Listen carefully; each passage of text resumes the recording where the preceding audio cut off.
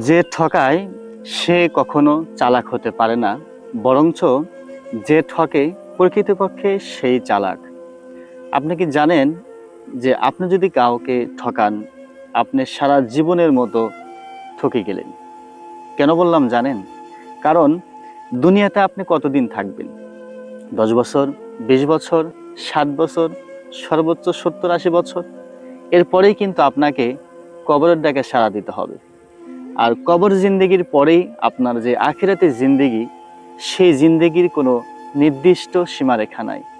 আজকে আপনি দুনিয়াতে কাউকে ঠকাবেন, দুনিয়ার পরেই আখিরাতের জিন্দেগিতে আপনি সেই নিজেকে কখনোই আপনি ক্ষমা করতে পারবেন না, এবং আল্লাহ রাব্বুল আলামিন আপনাকে কখনোই ক্ষমা করবেন না।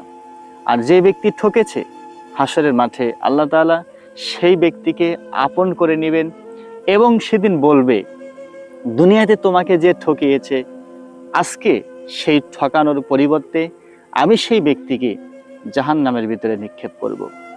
এই জন্য জীবনে কোনোদিন কাউকে ঠকাবেন না। যদি আপনি ঠকান, তো মনে করেন আপনি সারা জীবনের মতো আপনি ঠকে গিয়েছেন। আর যদি আপনি নিজে দুনিয়াতে ঠকেন, আপনি মনে করবেন সারা জীবনের মতো আপনি চালাক হয়ে গিয়েছেন। এই জন্য আমি বললাম, যে ঠকায় সে কখনো চালাক হতে পারে না, বরঞ্চ যে ঠকে সেই প্রকৃতপক্ষে চালাক।